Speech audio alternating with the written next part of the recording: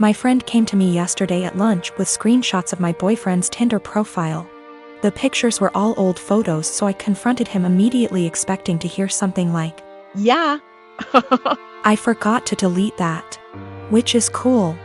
He denied being on Tinder at all, and my friend suggested that she make an account, set it to his specifications, and see if he turns up. And there's his profile. So, this means that my boyfriend has been active on Tinder within the past 2 weeks. I confronted him with this, and he changed his story. Now he's saying that his friend has been using his account. He shows me his phone and says, "Look, I have nothing to hide." And of course the app is deleted. So I take his phone, download Tinder, log in with his Facebook, and see that he has been active, albeit infrequently. There was one girl that he tried to meet up with back in May when I was out of town. The girl gave him her phone number, and even though he deleted whatever messages they exchanged, I still saw that he had her saved in his contacts. So that's about everything that I know. He either cheated on me or planned on cheating on me while I went out of town, and I'm sure this isn't the only time it's happened. This relationship is pretty much over.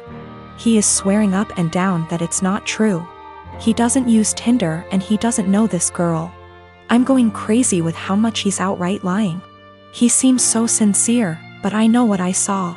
I can't listen to him deny this one more time. This blew up while I was away. I'm sorry I won't be able to respond to every comment. So I did some stuff that was kind of petty and stupid today. I made a fake Tinder account, matched with my boyfriend.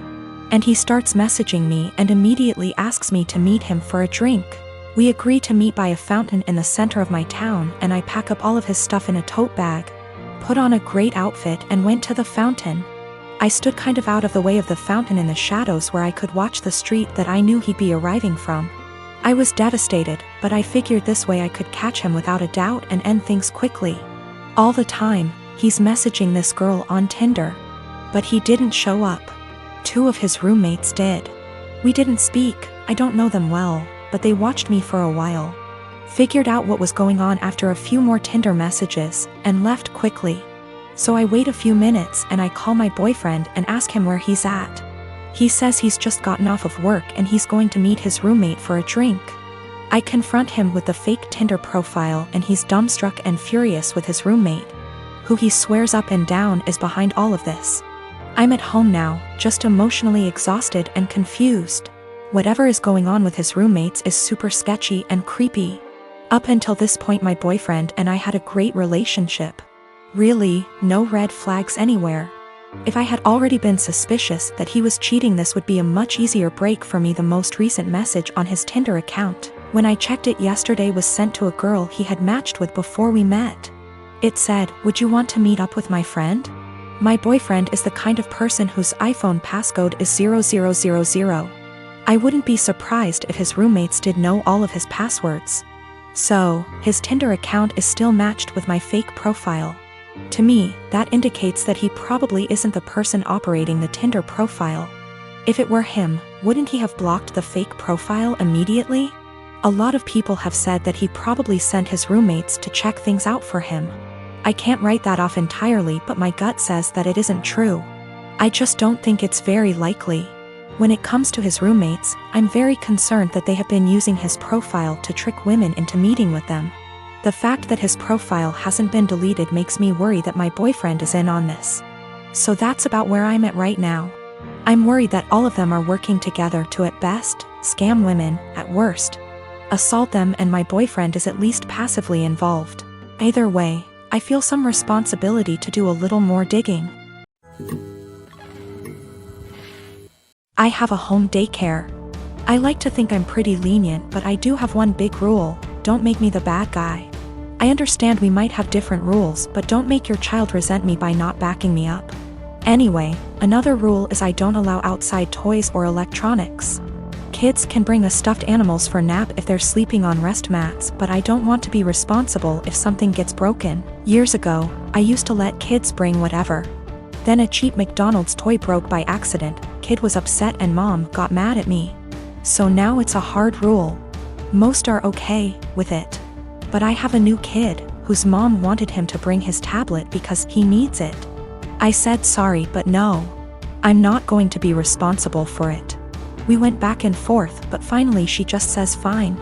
But every morning, he's crying because she took his tablet from him in the car. She always gives me this look and says, "Miss Lucy says no tablet." I always try to say we have plenty of toys, but the kid spends the whole morning sulking. I've talked to Mom, asked her to leave it at home and not even put it in the car, but she says he needs it. It's been a month and yesterday was the straw that broke the camel's back. Kid came in crying as usual. I tried my usual redirection, which didn't work. Mom was giving me a look of, "See what you did?"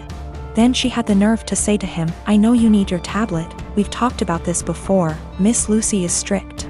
That pissed me off. I ended up telling her to take him home right then and there. She was shocked and tried to stammer. He was my first kid of the day, so there was no scene.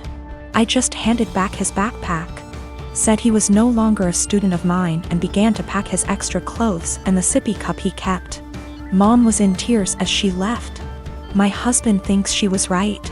I'm too strict and should have broken policy instead of causing drama.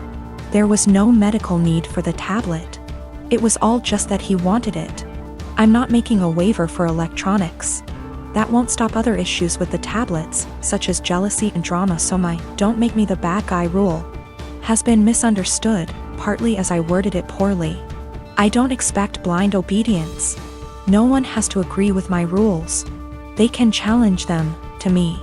But to their kid, I'd rather them explain everyone has different rules and that while they're with me, things will be different. I do the same with parents who have different rules than mine. I never say they're wrong or strict, I say that we have different rules at school and to listen to Mom and Dad. This is also a policy for pacifiers, bottles, and potty training. I'll approach any of these milestones when you ask, but you have to be working on it at home too. The kid won't progress if they only go pee on the potty at home. And the child was not autistic or non-verbal. If he was, an exception would be made. I returned her money for the last few days of January and texted an apology for terminating without notice, and said I hope she was able to find care.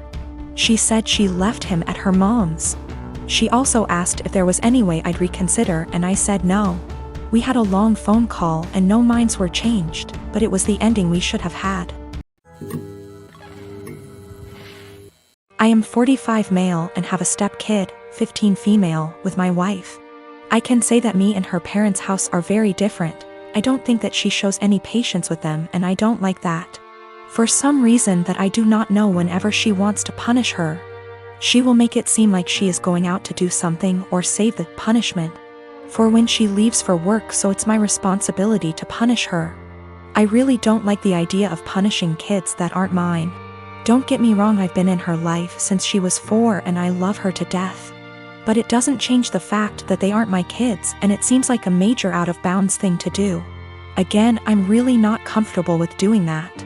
She is a good kid and is really responsible, but I feel like my wife's parenting has made her feel like she has to be perfect, or else she will get punished. I've never actually punished her. Like I said, she's a really good kid, and no circumstances did I ever see that a punishment was necessary. For some context, my wife's punishment is taking away all of her belongings, I mean everything, like she'll close all apps on her phone. Can't watch TV, can't go out after school, can't call friends. And all this because she got a C on a test, she put an assignment in late, etc. I really hate this. Being so hard on her isn't reasonable. She rarely ever does anything wrong. I mean, last year she probably had 2 assignments turned in late throughout the whole year. These things don't need such harsh punishments, they just need to be left off with a warning. And when she tells me to punish her, that's all I do. I give her a warning and she does just fine after that. I think a warning is even a stretch. Accidents happen and overworking a kid isn't going to end well. I just tell her that if she needs help with school, I'd be happy to help so these don't happen. She's come to me a few times for it, but other than that she's smart, and most of these were just her being overworked with school. My wife never caught on to this until the other day when I was talking to he about her school, because her mom said she got a report from her teacher that she wasn't focusing. Again, I didn't punish her, I just asked why she wasn't, and she said she was just tired from school and sports. I said that's fine, and if it's too much she doesn't have to go to sports this week because it's not like it mandatory. My wife overheard because she came back inside when she forgot something. She was mad at me saying that it doesn't teach them a valuable lesson. I said it's been working just fine and she's too hard on her. She did the whole, I'm just a stepdad. Said her way is torturing her kid. She's not focusing in class because she's trying to please everyone and get an A. So she'll stay up all night and overwork herself to do so, but then she's to blame when that didn't go right. She's not speaking to me now. My partner has been through a lot. We had been dating for 2 years and planning a life together when she was diagnosed with cancer. At the time she was in school for a dual graduate degree program and managed to finish it. Treatment was rough on her and she struggled a lot through it, and hasn't done well mentally dealing with the unfairness of it all. How different her body is after surgeries, and the fear of it coming back. All perfectly understandable, and I've been as supportive as I can throughout it all. Now all that said, she went into the graduate programs after we started dating, and one of the degrees was at a very expensive school for something that was only related and not required for the work she planned on doing, which would never pay very well. I questioned her about it gently at the time, but she was adamant about getting the expensive degree. It was her life. And we agreed it would be fine, because we could utilize public service loan forgiveness to pay off her debt that would total $100K. This was before cancer. I earn a considerable amount more than her. When we started dating I made 4x, and even with her degrees I make 3x what she does. I've always been happy to spend money on her. And after having moved in together over a year ago and proposing shortly after, I really went into the mindset of it being our money. When we moved in she was finishing her degrees and I covered 100% of our bills, including some tuition costs for an extra semester since she was slightly delayed by her treatment. This was totally fine because school was her job and she'd be able to contribute when she graduated, and even though I make much more, if we are both working full-time jobs it felt fair. Now that she has graduated and started working, she is miserable at her job mostly because she is incredibly anxious that she isn't doing it well, and doesn't feel like her school prepared her. She was already prone towards anxiety and depression, she takes medicine for it. But mentally she is in a very bad spot because of all this. On top of that she feels like she doesn't doing enough for her health, mostly exercise, to keep her healthy to reduce the cancer from coming back, but she says she is too tired after work to do much else than occasionally go on a walk. Recently she got the idea in her head to start working half weeks to give her more time to exercise and stress her out about work less. She says not knowing for sure how long she'll live has changed her priorities about working. Before all this she was a pretty driven type of personality, working multiple jobs. But working part-time doesn't meet the requirements for public service loan forgiveness. We've talked about it extensively and she feels it is important for her to work part-time. But I am not very comfortable with the idea for many reasons. I get where she is coming from in her needs, but feel like she is looking for a quick fix to her problems. That puts us in a pretty big hole financially because she is so miserable instead of fully dealing with her problems. I'd be more okay with it if it was short-term while she sorted through some things, but she says she just wants more time to exercise and be stress-free, so she doesn't know when that would end. I just feel like she is taking our relationship, which is already unbalanced, and asking to make it a lot more so, and solely because she is in a position to do so because of my job. We can financially afford it, but I haven't been able to come to terms about the disproportionality it would create in our relationship. P.S.